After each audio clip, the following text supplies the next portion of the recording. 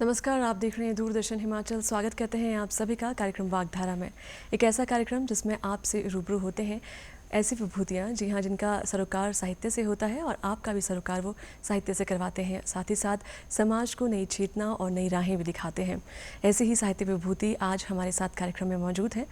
जी हाँ, जो ऊर्जावान भी हैं और अनेक कौशलों की मालकिन भी है, कह सकते हैं। ऊर्जा और कौशलों से सराबोर शब्दों की शिल्पकार ये हैं। स्वागत करना चाहेंगे कार्यक्रम में श्रीमती अंशुल जोशी जी का। स्वागत है आपका कार्यक्रम में। Thank you. अंशु जी, आप एक साहित्यकार भी हैं। बहुत सारे कौशल आप में निहित है, जिसके अंतर्गत आप एक न्यूमरोलॉजिस्ट यानी कि अंक ज्योतिष से भी आप वास्ता रखती हैं। साथ ही साथ आप लेखक तो हैं ही, प्रकाशक भी हैं, आप ऊर्जावान भी हैं। बहुत सारी अन्य क्रियाकलाप जिनके बारे में हम आगे कार्यक्रम में बात करेंगे, आप रुचि रखती हैं, आप जुड़ती रही हैं। और सबसे पहले यही जानना चाहेंगे, साहित्य की इस यात्रा की शुरुआत किस तरह हुई?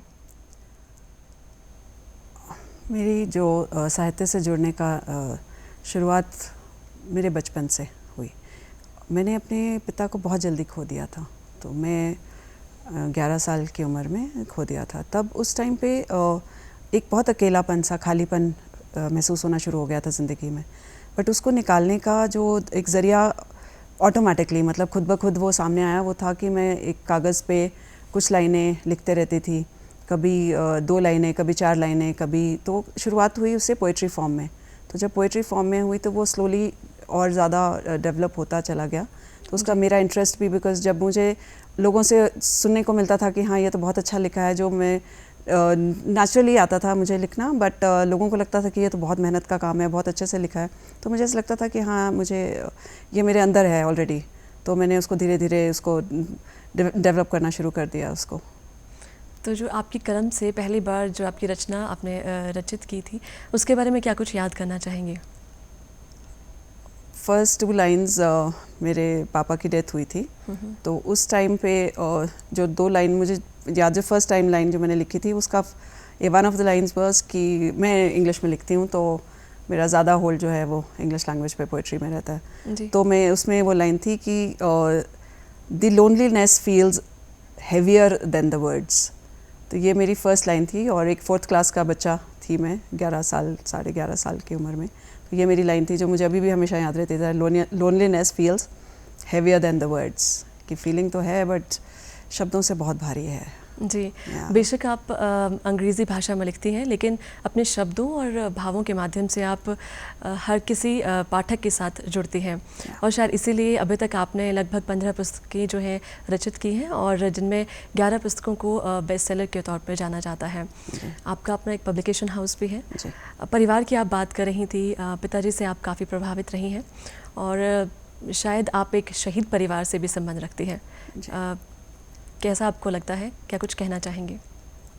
और श्योरली मेरे पिताजी से बहुत ज़्यादा लगाव था मेरा। बहुत जल्दी चले गए, बहुत छोटी थी, बहुत ज़्यादा यादें तो नहीं रही, बट जितनी भी हैं वो बहुत एक अच्छी यादें हैं। शायद ज़बरदस्ती मैंने उनको बुरी यादों को याद रखा ही नहीं, जो अच्छी यादें थी वो हमेशा याद रखी।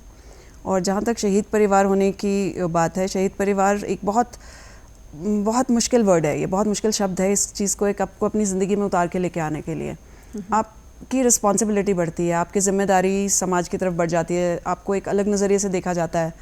कभी कुछ लोग आपको बहुत तरस की नज़र से देखते हैं, कुछ आपको बहुत ही प्राउड नज़र से देखते हैं कि हाँ, ये शहीद उनके है, ये उनकी बहन है, इनके भाई ने देश के लिए जान दी है।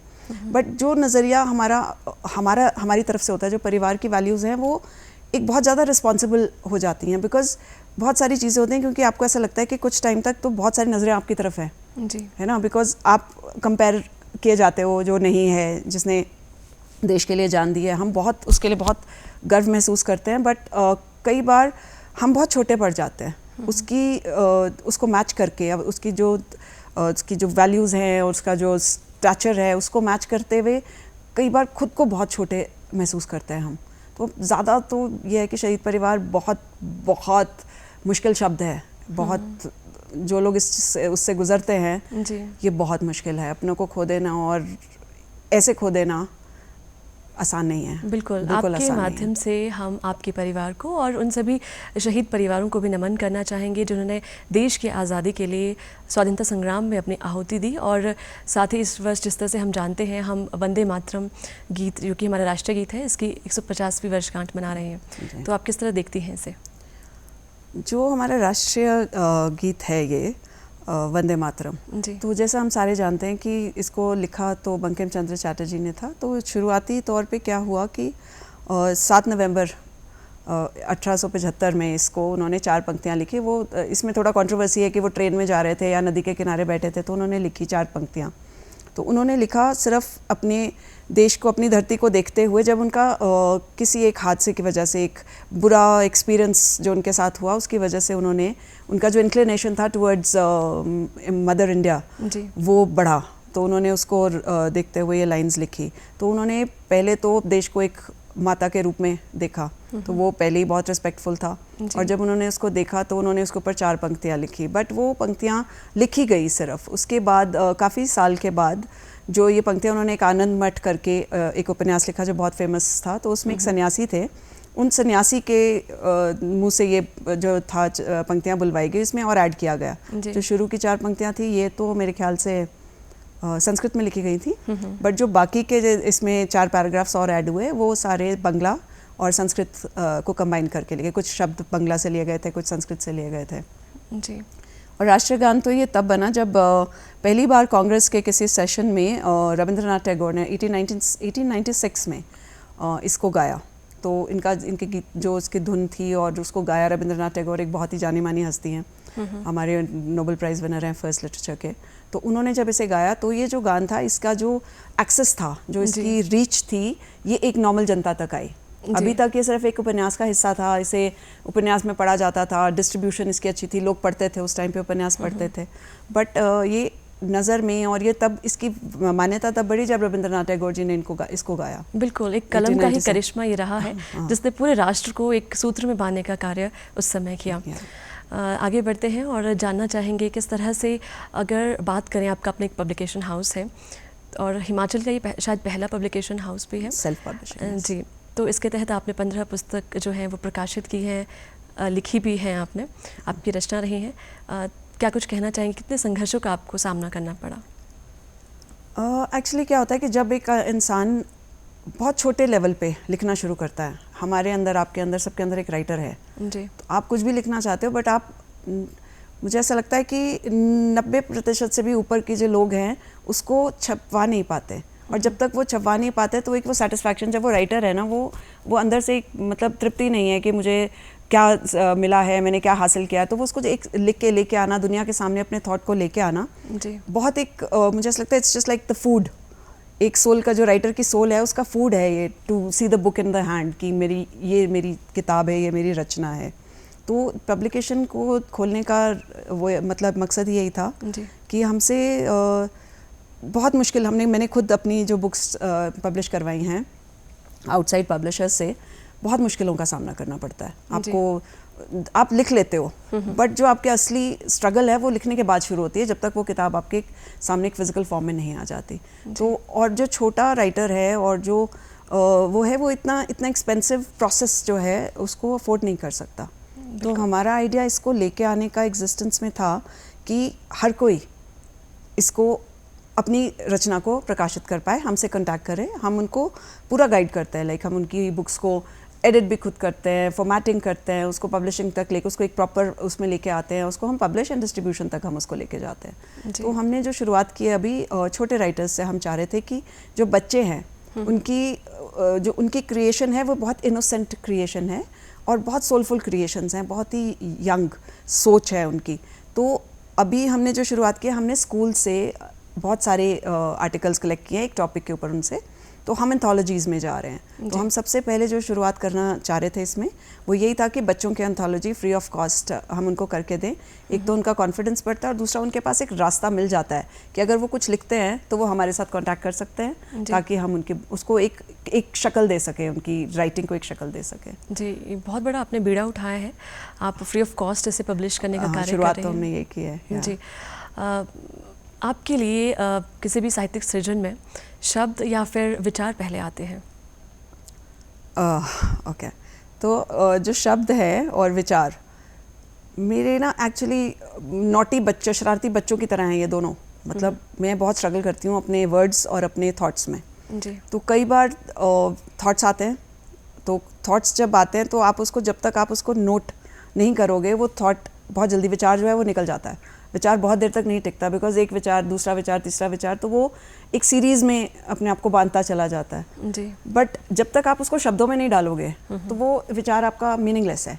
तो कई बार ऐसा होता है कि कुछ शब्द आते हैं, अब उस शब्द को जब तक आप लिखते हो तो आपको उसके साथ एक विचार जोड़ना पड़ जाता है। तो ये मतलब पकड़ पकड़ वाली गेम जो खेलते हैं ना, पकड़म पकड़ी वाली गेम, ये वैसा है कि विचार आया है तो शब्द डेफिनेटली पीछे पीछे भागते हुए शब्द तो आ ही रहे हैं, बट उन दोनों को एक प्लेटफॉर्म पे लेके आके उसको लेखन के फॉर्म में लेके आना वो एक काम है। तो ये दोनों तो आपस में भाई भाई है। तो किस तरह की पुस्तकें आप खाली समय में अपने अलावा पढ़ना पसंद करती हैं, और अगर हम इंस्पिरेशन की बात करें तो किन लेखकों या पाठकों से आप इंस्पायर होती हैं? मैंने कभी किसी भी लेखक को कैटेगराइज नहीं किया, मतलब मैंने कभी प्रेफरेंस नहीं दिया। मैंने जो किताब, मेरा जो आदत थी शुरू से, अभी से नहीं, बहुत शुरू से आदत थी, कोई किताब स्टैंड पे, आपको याद होगा हमारे एशिया बुक हाउस होता था मॉल रोड पे जी। तो कोई भी किताब नहीं आती थी तो वो दिमाग में फंस जाती थी कि ये चाहिए। अब वो किताब किसी भी जेनर की है, किसी भी विधि को दिखा रही है, वो फिक्शन है, कोई स्टोरी है, कोई कॉमिक है, तो बट मुझे लगता था कि हाँ ये मुझे पढ़नी है। तो कई बार ऐसे प्रोसेस में क्या होता है कि आप एक ना सुडोकू रीडर बन जाते हो, आप किताबें खरीदते चले जाते हो, ढेर लग जाता है और फिर आप परेशान हो जाते हो कि इतनी सारी इसमें पढ़ी नहीं है। तो वो फेज़ भी था मेरी लाइफ का, बट मेरा जो खाली टाइम जाता है वो उनकी किसी भी एक किताब को उठा के उस किताब से कुछ अच्छा लेना, चाहे वो राइटिंग स्टाइल है, चाहे उसका जो वो मैसेज देना चाह रहा है, चाहे मॉरल मैसेज देना चाह रहा है, सोशल रिस्पॉन्सिबिलिटी दिखा रहा है। तो मैंने कभी किसी एक पर्टिकुलर लेखक की तरफ मेरा एक रुझान जो था वो कभी भी नहीं रहा। तो मैंने हमेशा, जब मैं खाली हूँ तो मैं आई प्रेफर कि कुछ ह्यूमरस, कुछ फ़नी, जो मेरे को थोड़ी सी खुशी देता है, मैं वैसा पढूं। हाँ, मुझे कुछ ऐसे भी, अब जैसे कभी आप स्टोरी पढ़ रहे हो या कभी आप निबंध पढ़ रहे हो, आप स्टोरी पढ़ रहे हो तो स्टोरी आपको एक बहुत क्लोज ले जाता है एक सोसाइटी की तरफ। कहानी आपको हमेशा लोगों की तरफ लेके जाती है बिकॉज आप लोगों को समझते हो। बट जो निबंध है, निबंध में कोई कहानीकार अपनी क्रिएटिविटी नहीं डाल रहा है, तो निबंध क्या करता है, ऐसे क्या करता है, ऐसे आपको नॉलेज देता है जी। So I like to read both type of books, I like to read everything that comes across, and मुझे ऐसा लगता है कि सब चीज़ों से मुझे सीखने को बहुत कुछ मिलता है जी। तो अगर आपकी बात की जाए तो आप कौन सी विधा में आप लिखना पसंद करती हैं? फिक्शन, स्टोरी, किस तरह का आपका लेखन है? मैंने जब शुरुआत की थी तो मैंने सबसे पहले फ़िक्शन लिखी थी, और वो जो फ़िक्शन थी उसका नाम है I wish I had time, my journey in the past. तो उसको जब मैंने लिखना शुरू किया, मुझे सबसे ज़्यादा टाइम उसको लिखने में लगा।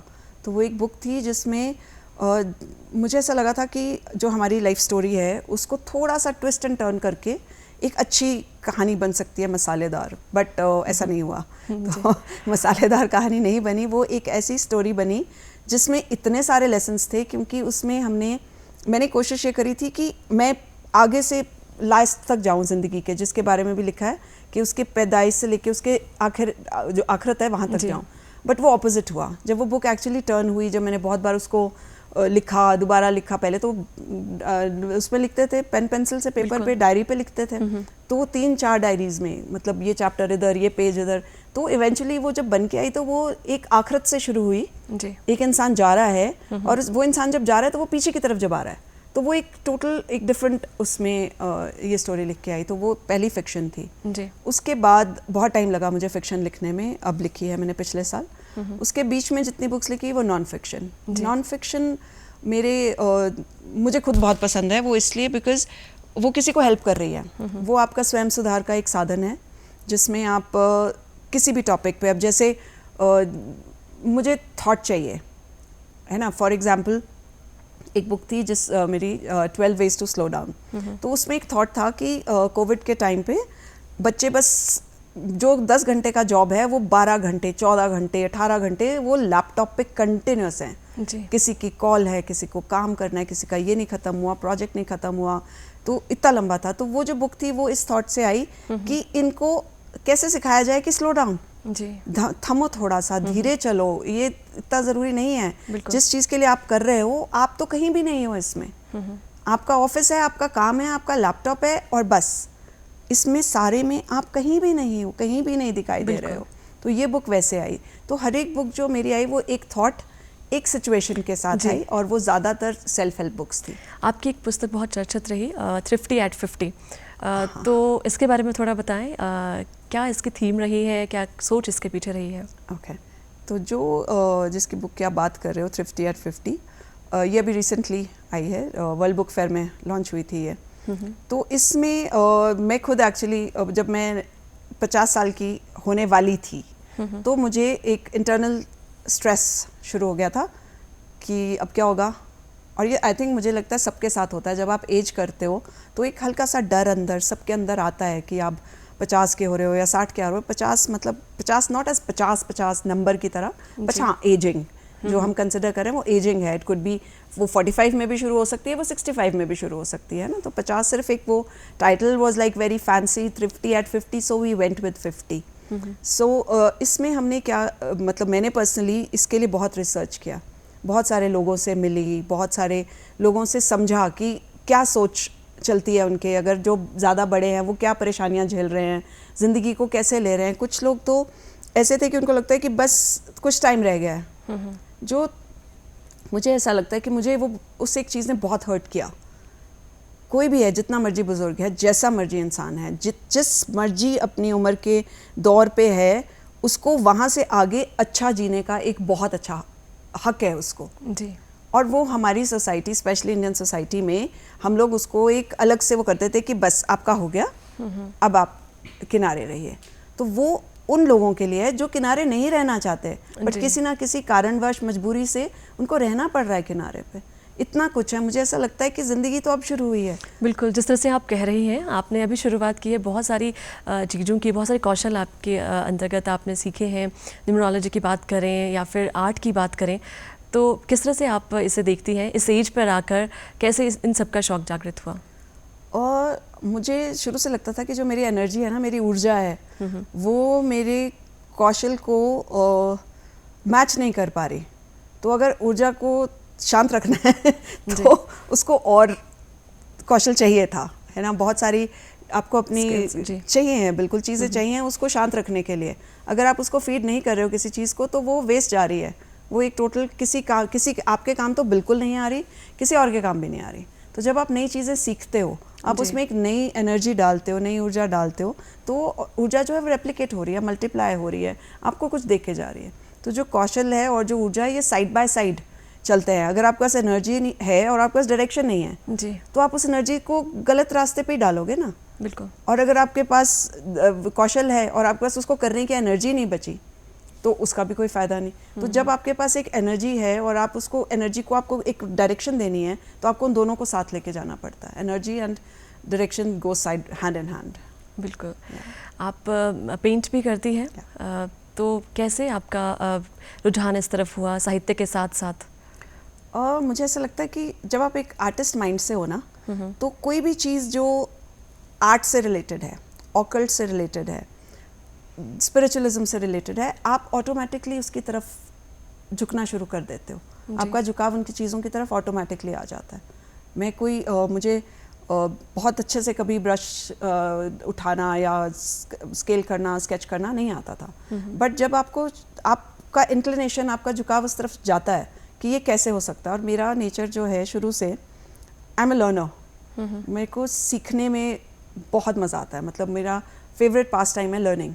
तो अगर कुछ नया सीखने को मिलता है तो मैं सीखती हूँ।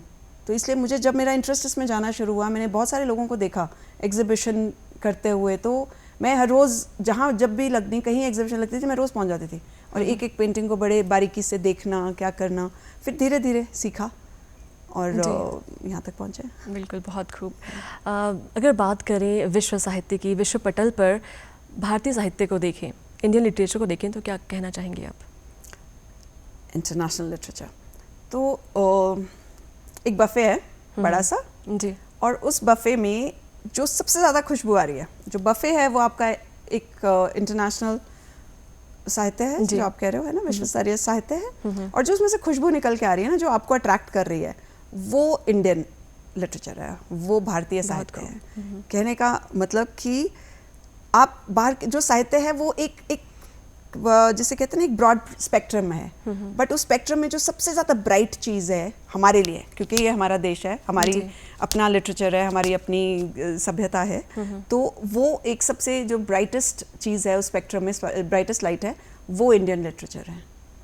अगर हम बाहर का देखते हैं कि सब कुछ बहुत बहुत अच्छे से, बहुत बड़े लेखक बहुत अच्छे से उन्होंने सब लिखा है, बट जो इंडियन राइटिंग का जो एसेंस है, जो उसकी खुशबू है, वो एक बहुत डिफरेंट है।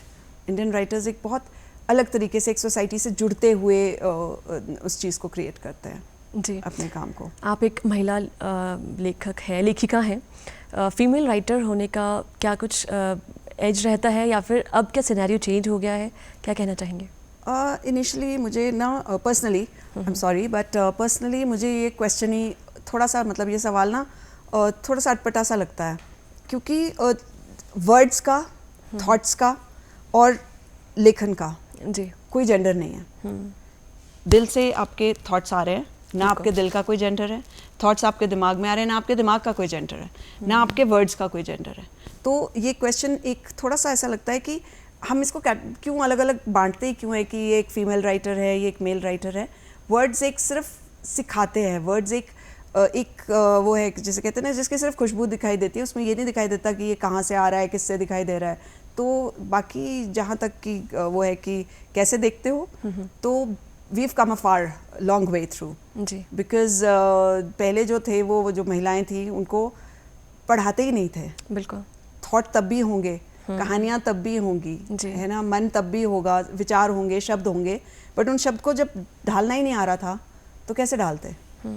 आज वो फैसिलिटीज़ अवेलेबल है, हम अच्छे दौर में जी रहे हैं, अच्छे टाइम पे जी रहे हैं, तो मुझे लगता है कि अभी ऑब्वियसली फ़र्क तो बहुत पड़ गया है जी। तो आप आलोचना को किस तरह से देखती हैं? एक साहित्यकार की और एक आम व्यक्ति के जीवन में आलोचना कितना महत्व रखती है? मुझे ऐसा लगता है कि आलोचना, जो क्रिटिसिज्म है, वो बहुत हेल्दी है, बहुत हेल्दी है किसी चीज़ के लिए। जो लेखक है वो क्रिटिसिज्म ले लेता है जी, और उसको अपने राइटिंग में निकालता है ना। आपने किसी चीज़ के लिए बोला कि हाँ ये ऐसा है, तो नेक्स्ट टाइम अगर मैं लिख रही हूँ तो मेरे दिमाग में वो रहेगी, तो मैं उसको इम्प्रोवाइज़ करके मैं उसको अपने राइटिंग में सुधार के लेके आऊँगी। बट कुछ और लोग आलोचना को गॉसिप में या कॉफ़ी में या उसमें उड़ा देते हैं, which is very bad. But as a writer, as a person जो लिख रहा है, जो लेखक है, आलोचना बहुत ज़रूरी है, आपको सिखा के जाती है कोई नई चीज़ जी। कार्यक्रम के अंतिम पड़ाव पर हम हैं, क्या कुछ संदेश आप युवा पीढ़ी को, युवा लेखकों को देना चाहेंगे? हमारे जो नए बच्चे हैं, जो युवा लोग हैं, जो बच्चे हैं स्पेशली, उनमें बहुत कैलिबर है, उनमें बहुत ज़्यादा क्षमता है नया लिखने की, उनका नॉलेज का सागर बहुत बड़ा है। तो मैं चाह रही हूँ कि अगर बच्चे लिख रहे हैं तो आप लिखो, है ना। अगर आपको ऐसा लग रहा है कि ये आपका मजाक उड़ा रहा है आपका पेज, तो कोई बात नहीं, उड़ाने दो, बट जो आपने लिखा है वो आपका थॉट है, और वो आपका थॉट ना तो कोई चुरा सकता है, ना आप किसी को ऐसे गिफ्ट कर सकते हो कि जी ये मेरा लिखा हुआ है आप ले लो, no, you can not do that. तो आप जब लिख रहे हो, you write consistently every single day. आप पेपर उठाओ, पेन उठाओ, और मुझे आज भी, मैं ओल्ड स्कूल हूँ, मुझे आज भी पेपर पेन पे लिख के ज़्यादा मज़ा आता है, डायरी में लिख के मज़ा आता है रादर देन माई लैपटॉप।